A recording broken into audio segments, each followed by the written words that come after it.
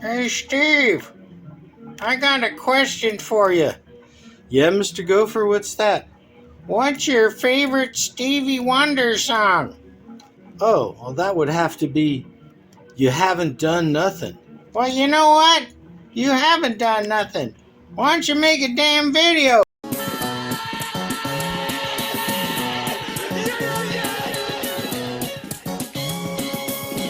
This is indeed a disturbing universe. Hello, greetings, and welcome.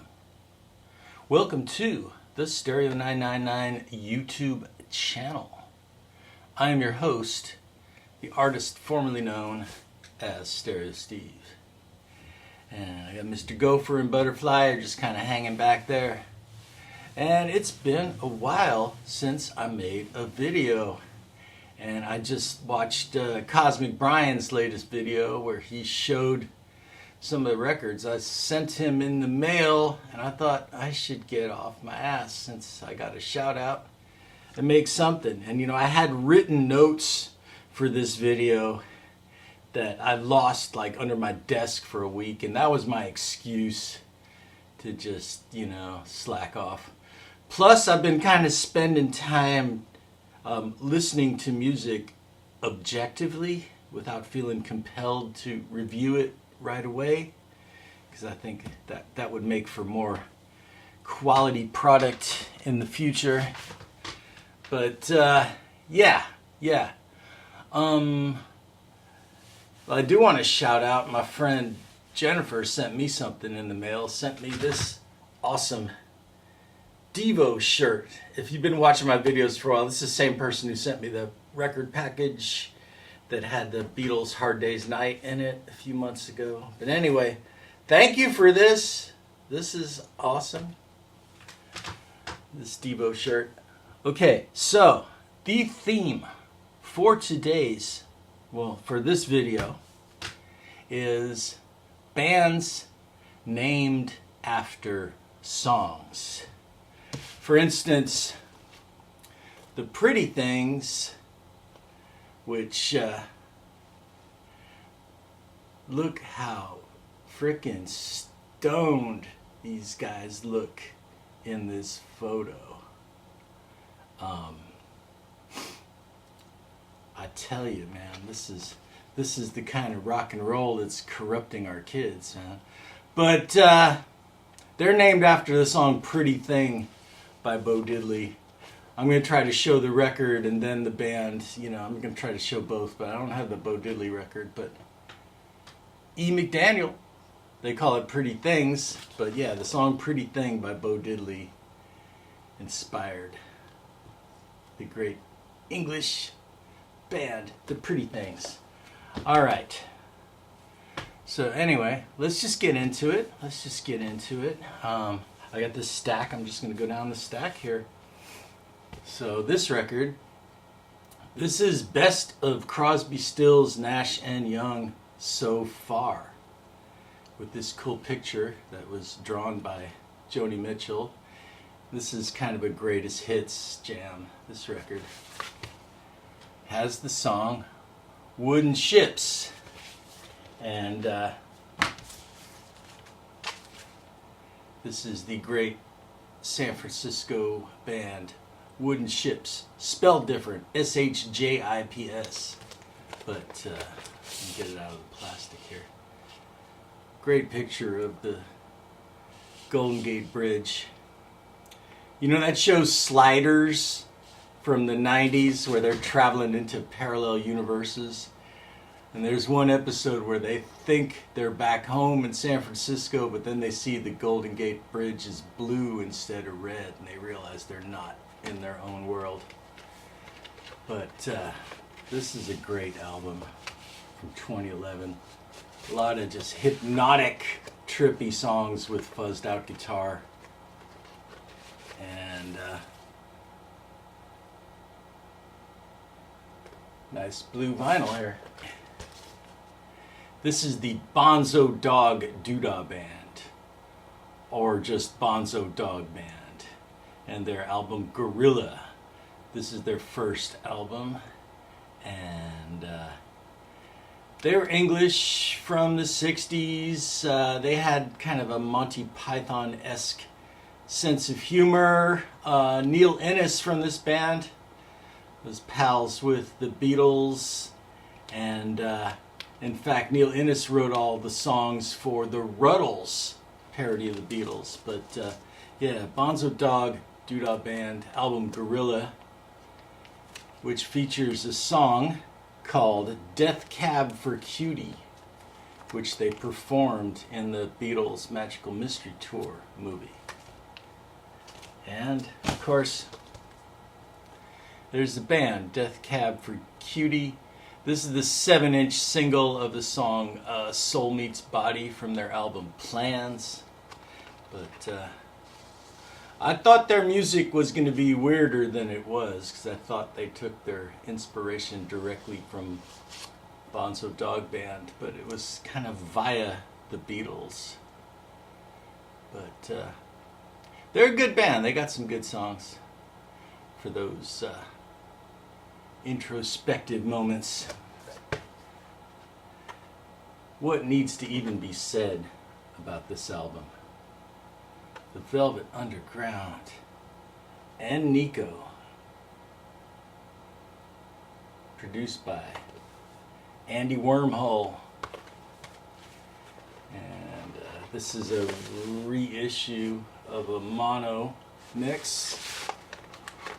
Came out whenever it came out, when I bought it. No peelable banana, but the song that they got fired from clubs for playing, the Black Angels Death Song, inspired the band the Black Angels, which were they from like the early 2000s. This was one of the first bands I discovered on MySpace, and this is their debut album, Passover, double record on the Light in the Attic label. This is all textured. I don't know if you can see that it's textured, but you can hear that it's textured. But yeah, if you like that kind of Spaceman 3 loop, kind of repetitive, stony rock music, you'll dig Black Angels. This is one of my favorite album covers. This is Lonesome Echo by Jackie Gleason. You may know Jackie Gleason as One of These Days, Alice! But he was also a band leader, made some loungy and jazzy records. And on this one, this artwork was done by Salvador Dali. That's a match made in hell. These two guys get together, there's going to be trouble. But this is like an EP with 4 cuts from the album. And one of the songs is a song called Deep Purple. When the deep purple falls. A song that goes back to the 1930s. Big hit versions by Nino Tempo and April Stevens. Also, Donnie and Marie Osmond did a version of Deep Purple. And these dudes named their band after Deep Purple. Deep Purple in rock. Yeah. And this is the American version of the album. It's on Warner Brothers. It has the short version of Speed King without the intro that just goes straight into the song, in case you're interested in stuff like that. But yeah, Deep Purple, named after the old song Deep Purple. Getting a little more into jazz here. This is Rahsaan Roland Kirk. He was blind and he played 3 horns in his mouth at the same time. This dude was a monster. And this album is called Rip, Rig, and Panic. On the Collectible Limelight label, which is the same label that 50 Foot Hose record was on. But that's a whole nother story. But anyway, Roland Kirk, Rip, Rig, and Panic album, song.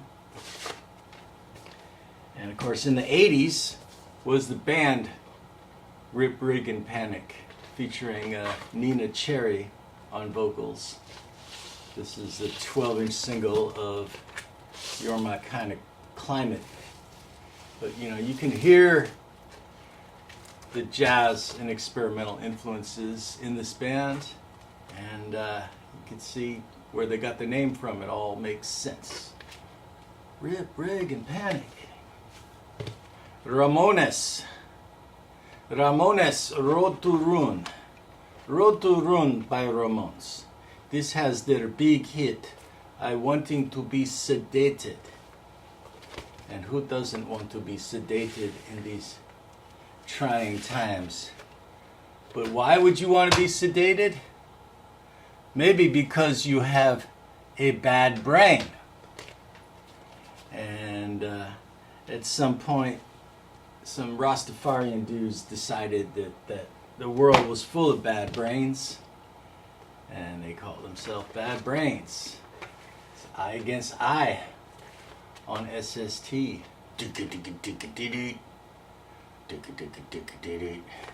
Yep.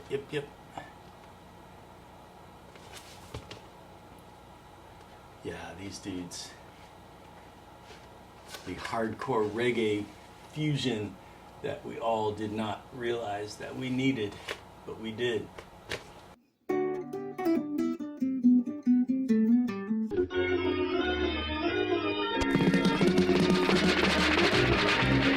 We sell a lot of records, and records cost a lot of money. But what good is spending a lot of money if your records don't sound good because of dust and static electricity? That's why I recommend to all our customers the new record vacuum by Ronco. It's so easy to use. Just insert any size record, 33 1/3, 45s, 78s. The new record vacuum automatically vacuums away all the microdust particles that distort sound and can damage your needle. It also eliminates static electricity buildup.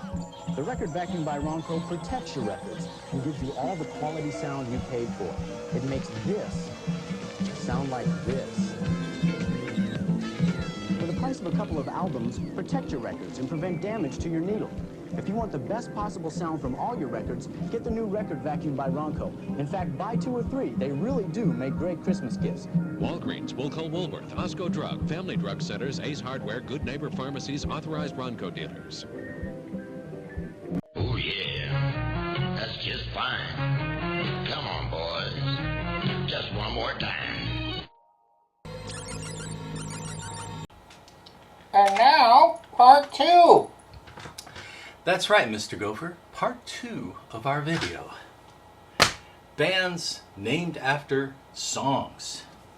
Alright. Now this is a record. A lot of people are terrified of this record. Most of them have never really listened to it. But it looks terrifying. You know, I'd cross the street to avoid these dudes if I was a little too paranoid. But yes, Don Van Vliet, Captain Beefheart, and his magic band, Trout Mask Replica. All I'm going to say about this record is, if you are terrified to listen to this record, listen to some of his other stuff first and work your way up to it, because sure, it's his best album, but it's also his most complex and hard to get into record. But anyway, the last song on disc 1 is called Dolly's Car, which brings us back to that Jackie Gleason, you know, Salvador Dali influence. But in the 80s, there was a project called Dolly's Car, which was a collaboration between Peter Murphy from Bauhaus and Mick Karn from Japan. Can.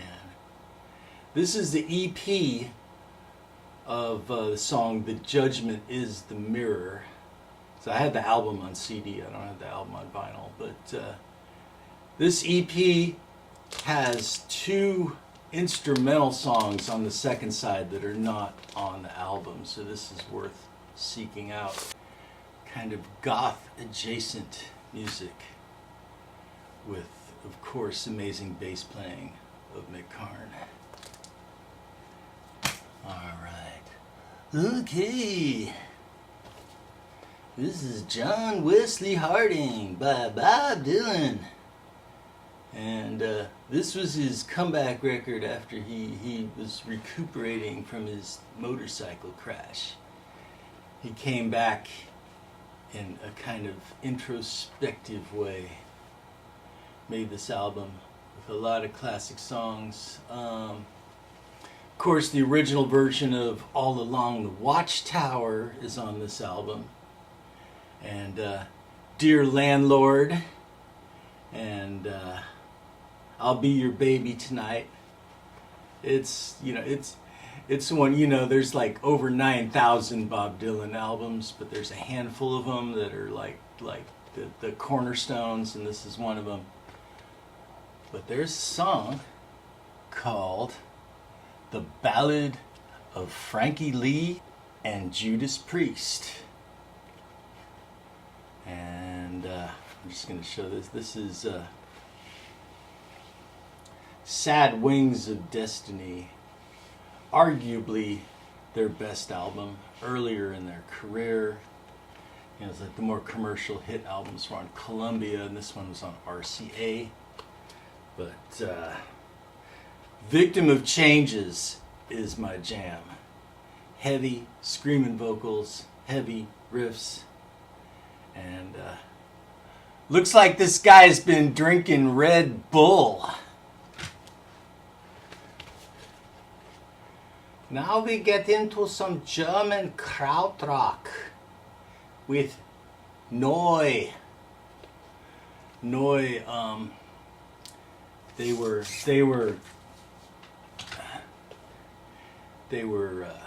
exponents of what was called the Motorik sound, where they would just kind of stay in one groove, jam on one chord. And Neu came out of Kraftwerk, because Kraftwerk was originally a 4-piece band before they were an electronic duo, and this is the other 2 guys from Kraftwerk. And this is their first album, but this is the American pressing of their first album on Billingsgate Records, is the version that has this blue cover. And on side 2, there is a song called Negative Land. That's right, Negative Land, heavily inspired by Neu. They even called their label Sealand, which was another song title off of that album. But yeah, this is, of course, Negative Land's Escape from Noise, featuring the hit song Christianity is Stupid. You know how many time zones there are in Russia? These go to 11. While we're on krautrock, Can. And this is their album Landed. And I don't know what to even say about them. I mean, they were brilliant, inspired a lot of bands, inspired a lot of music, Jackie Liebeseit, one of the all-time great drummers, and Holger and Ermin on keyboard, front and center there, and Michael on guitar. And they have a song on this album called Hunters and Collectors. You might remember this Australian band from the 80s. This is their first album from 83. They had some hits in Australia. This is some trippy stuff. You can hear the Can influence. You can hear the just out back Mad Max craziness in this record. And look at this guy. Look at this guy with the teeth there. Yeah. All right. Can Future Days has a song called Moonshake. Maybe you remember this band from the early 90s. Again, just really trippy production and some female vocals and kind of more complex than it seems the first time you listen to it. But yeah, this band is worth checking out. This was the first Can record I ever got, the Okra album, E.G. Bamyasi. And there they are, performing live with jugglers. And this album has a song called Spoon. They even called their label Spoon Records, Can did. But anyway, Spoon, kind of good indie rock college radio kind of band. This is their album Kill the Moonlight. Has the song The Way We Get By, a good song. They're a good band. There was somebody else I watched on YouTube whose favorite band was Spoon. I forgot who it was. But let me know in the comments if you know what I'm talking about. Like anybody knows what I'm talking about. But anyway, Spoon. Right, that was the Ticks rallying cry. Okay, let's see. I got a couple more. Melvins. What needs to be said about the Melvins? Bay Area heaviness came out of the grunge scene, but were so much more than that over the course of their career. And this is their early album, Bullhead, which has a very heavy song that inspired a very heavy band from Japan called Boris. And Boris is a force to be reckoned with. Do not pass up the chance to see them live. They are a brain-meltingly heavy band.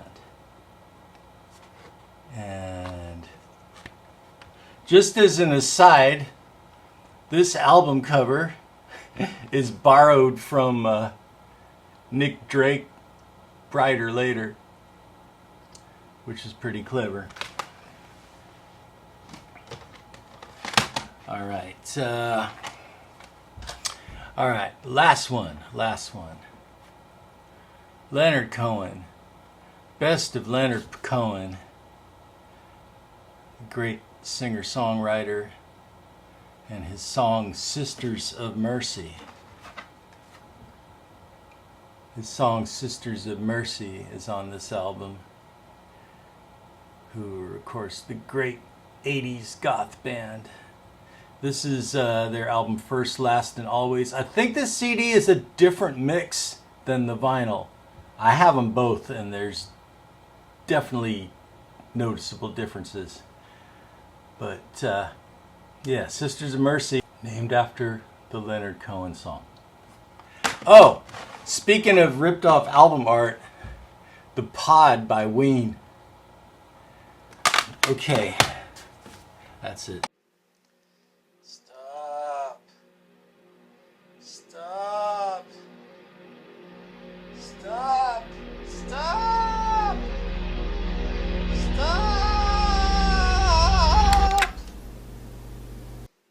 Hey, did I miss any? Are there any that I forgot to mention? Or that you think I forgot to mention?